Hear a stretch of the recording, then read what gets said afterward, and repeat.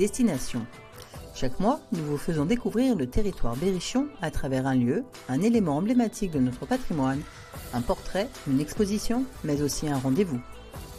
Ce mois-ci, nous nous sommes rendus au confluent des deux Creuses, à Fresline, où l'espace Monet Rolina accueille jusqu'au 30 novembre la 3e journée internationale du collage.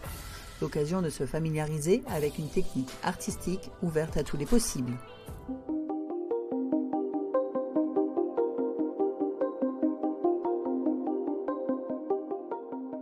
Nous sommes sur les 3e journées internationales du collage. Cette idée, elle remonte à 2020, après discussion avec une personne qui est agent d'artiste, qui s'appelle Stéphane Guibert. Ce dernier nous a dit, mais il y a quelque chose qu'on ne fait pas ou qu'on ne met pas assez en avant au niveau national, c'est le collage, alors que tous les grands artistes ont fait du collage. Picasso, tout le monde fait du collage à un moment donné. Mais le truc, c'est qu'en réalité, le collage en tant que tel a un peu de mal à émerger sur le marché de l'art. Et c'est comme ça que sont nées les Journées internationales du collage. Et donc l'idée serait d'avoir une sorte de maison du collage ici à l'espace Monet Rolina et sur le territoire, pendant les Journées du collage, des salles d'exposition à destination des gens qui veulent exposer leur savoir et leur façon de faire.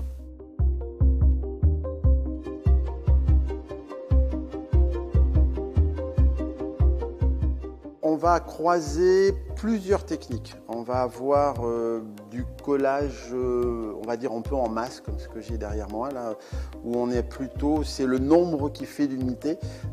Après, on va avoir, je pense à nos amis espagnols qui sont plutôt dans la reconstitution de tableaux à partir d'éléments découpés. Donc là, on se sert d'éléments papier pour reconstituer une œuvre à part entière. Un paysage, des maisons, des villages, ça peut être des formes un peu abstraites, mais on va reconstituer quelque chose. On a de multiples façons. Ça va de gens qui découpent du papier de couleur à des gens qui vont découper des prospectus, voire des publicités, et qui ensuite le réassemblent. Il y a des techniques comme celles qui sont derrière moi où on a plutôt tendance à déchirer le papier. D'autres, on va découper le papier par thème de couleur, en fait. C'est vraiment un moyen de pouvoir prendre et recréer.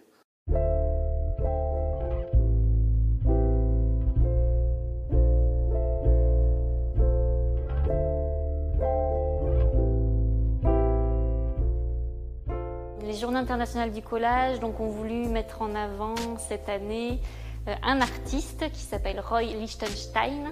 Donc c'est un artiste pop américain qui était connu forcément aux États-Unis et en France, voilà, un peu partout dans le monde. Et il est connu pour le pop art, entre autres, donc l'univers BD, donc les personnages comme on peut voir par exemple derrière moi. Les bulles, les petits points, les petits traits. On leur a donné le thème. Après, il y en a qui l'ont plus ou moins suivi en fonction de leur goût, de leur manière de faire aussi. Il y en a quand même beaucoup qui ont fait une petite référence, même si c'est minime, même si c'est juste une petite bulle ou voilà.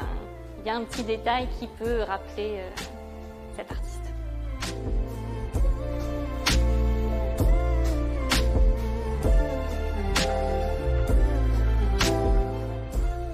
Alors en fait, dans un collage, ce qui est essentiel, c'est le fond. Il faut qu'il y ait un fond solide, de façon à pouvoir organiser les images. S'il n'y a pas un fond solide, on a tendance à rajouter des images, rajouter, et le collage devient illisible.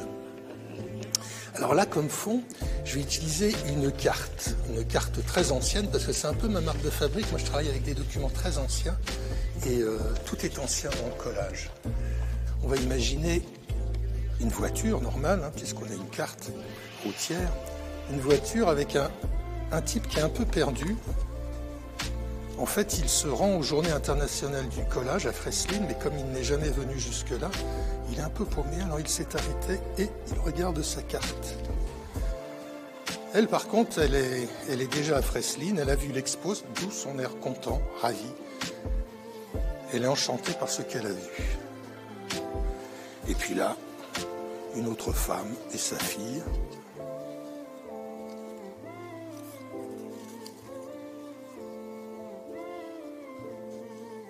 Et tout ça, ça se déroule par une journée ensoleillée. Voilà un petit collage vite fait et vite composé.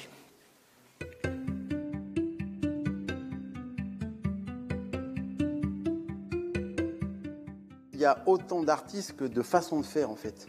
Dans le collage, il n'y a pas de technique particulière comme on pourrait le faire quand on veut maîtriser un pinceau. Il y a des façons de faire le dessin, il y a des façons de poser une touche et après chacun s'adapte. Là, c'est un peu différent parce qu'en fait, le process créatif, il vient tout seul, tout naturellement. Vous êtes dans le tas de papier et vous avancez comme ça. C'est vraiment un des moyens d'expression les plus libres et les plus créatifs. Mais ce n'est pas quelque chose qui a vocation à s'apprendre, à s'expliquer en fait. C'est en chacun de nous.